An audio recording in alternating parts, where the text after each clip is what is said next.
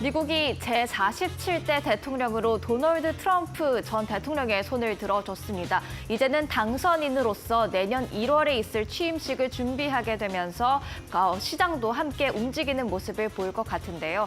당선이 확정된 이후에 시장 곧바로 반응을 하는 모습도 보였죠. 네, 간밤 뉴욕 증시는 일제히 환호했습니다만 장기적으로 봤을 때 이게 정말 호재만 가득한 상황인지는 조금 더 시장 상황을 면밀하게 주시해 보셔야 될 것 같습니다. 시장에서 여러 가지 힌트들을 던져주고 있는 가운데 간밤 뉴욕 증시의 분위기는 어떻게 마무리가 됐는지 먼저 꼼꼼하게 확인을 해보도록 할 텐데요. 간밤 뉴욕 증시 분위기 확인해 볼까요? 네, 뉴욕 증시 간밤에 정말 좋았습니다. 3대 주요 지수 일제히 상승했는데 그 상승률이 굉장히 컸습니다. 일단 다우 지수부터 함께 보시죠. 다우 지수 장 초반부터 꾸준히 오르더니 3.57%의 상승률을 기록하는 모습이었고요.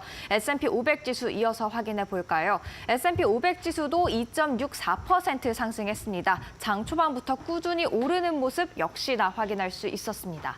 나스닥 지수도 함께 보시죠. 나스닥 지수도 무려 3%대의 상승률을 기록을 했습니다.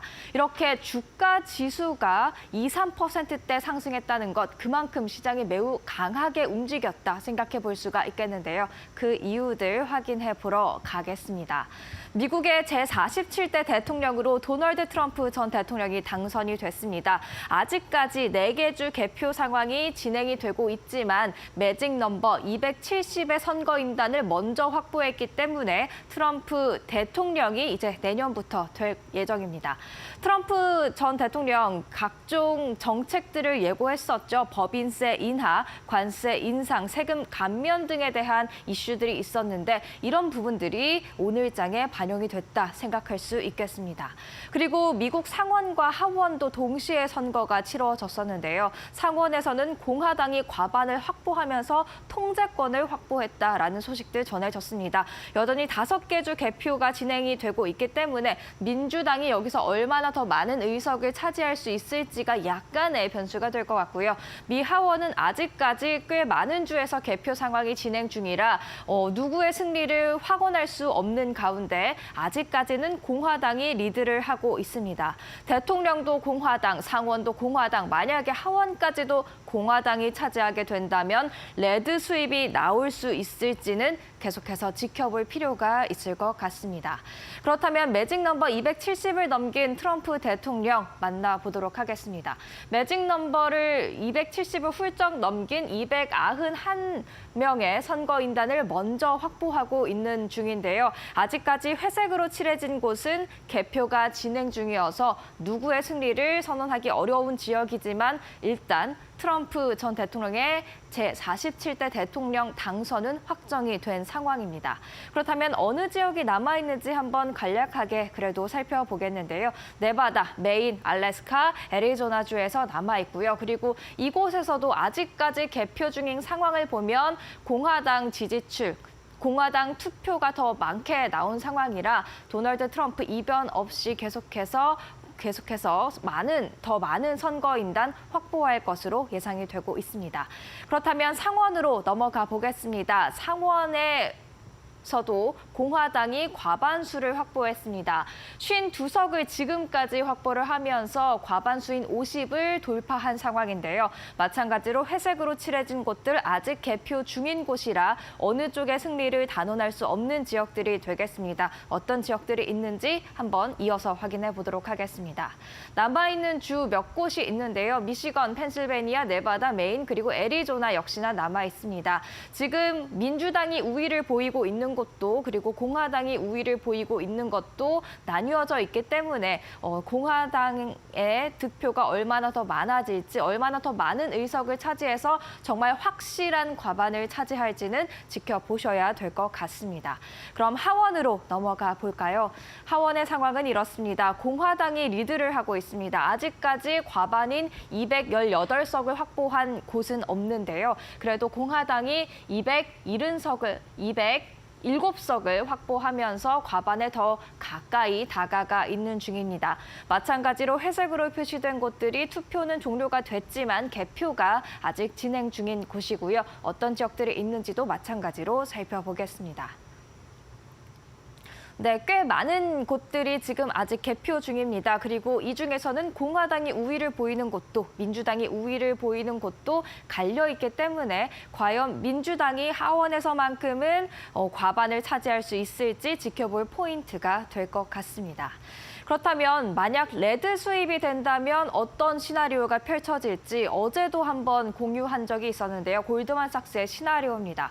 트럼프가 당선이 됐고요. 여기서 만약에 하원까지 현재 공화당이 리드를 하고 있는 가운데 과반까지 차지를 하게 된다면 이 시나리오가 발생이 하게 될 텐데요. 일단 골드만삭스 이 가능성을 25%로 봤는데 꽤 많이 올라왔을 것으로 보여집니다. 이 경우에는 S&P 500 지수 3% 상승할 수 있다고 봤는데 정말 밤사이에 주가 지수 굉장히 많이 올랐던 것 확인할 수가 있겠고요.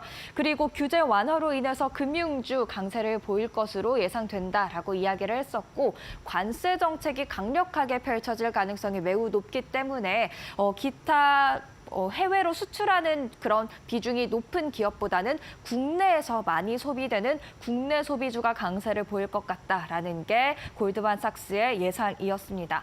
또 나스닥도 랠리를 보이긴 하겠지만 예상했던 것보다는 약한 랠리를 보일 수 있다라는 입장이니까요. 앞으로의 흐름들 함께 보시면서 참고하시면 좋을 것 같습니다. 그렇다면 밤사이에 뉴욕 증시 어떻게 움직였는지 히트맵을 통해서 확인해 보겠습니다. 가히 대선 결과가 보이는 히트맵이다, 시장이었다 생각할 수가 있을 것 같습니다. 오르는 종목은 정말 확실하게 오르고 내리는 종목은 정말 확실하게 내리는 그런 양상을 띄었는데요. 빅테크 대부분 다 오름세를 보였고요. 그리고 금융 섹터, 에너지 섹터 모두 다 상승했고 금리에 민감하게 반응하는 부동산 그리고 유틸리티는 하방 압력을 받고 그리고 필수 소비재도 대체로 하방 압력을 받았다 생각할 수가 있겠습니다. 그 이유들 하나하나 살펴보도록 하겠습니다. 일단 빅테크가 대체로 한박 웃음을 지었었죠. 왜 그랬을까 보니까 규제 완화 가능성에 웃음을 진 거였습니다. 일단 도널드 트럼프 하면 덜 엄격한 반독점 규제가 있을 것으로 예상을 할 수 있었고요. 그 이유 중 하나, 여러 가지 공화당의 성격도 있겠지만 최근에 발언도 한 가지 있었습니다. 본인이 구글의 팬은 아니지만 회사를 쪼개면 회사를 망칠 위험이 있다. 쪼개는 건 너무 위험하지 않냐라는 그런 발언을 했기 때문에 덜 엄격한 규제를 예상을 해볼 수가 있겠고요. 그리고 이제 바이든 대통령이 임명했던 미 연방거래위원회 FTC의 위원장의 임기가 종료됐습니다.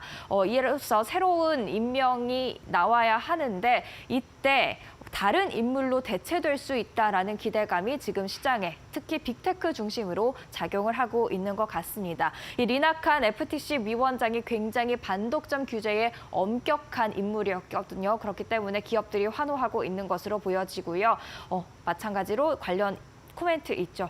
리나카는 기술 섹터에 일어나는 모든 종류의 계약에 태클을 거는 빅테크의 가장 성가신 인물이었는데 이 성가신 인물이 사라지게 된다면 기업들의 M&A 또 다른 계약들 활성화될 수 있을 것으로 기대가 됩니다. 그녀에 대해서 일론 머스크도 그녀는 곧 해고될 것이다 라면서 저렇게 X에 글을 올린 바 있었는데요. 과연 빅테크 규제 완화의 정도가 어느 정도 될지는 지켜볼 문제가 될 것 같습니다. 그리고 빅테크 계속해서 살펴보면요. 빅테크 안에서도 조금은 나뉘기는 했습니다. 일단 강하게 오른 기업들 보시죠. 구글과 테슬라가 되겠는데요. 구글 반독점에서 조금은 벗어날 것으로 예상이 되면서 크게 올랐고 테슬라, 일론 머스크의 트럼프 올인이 통했다라는 분석이 나오고 있습니다.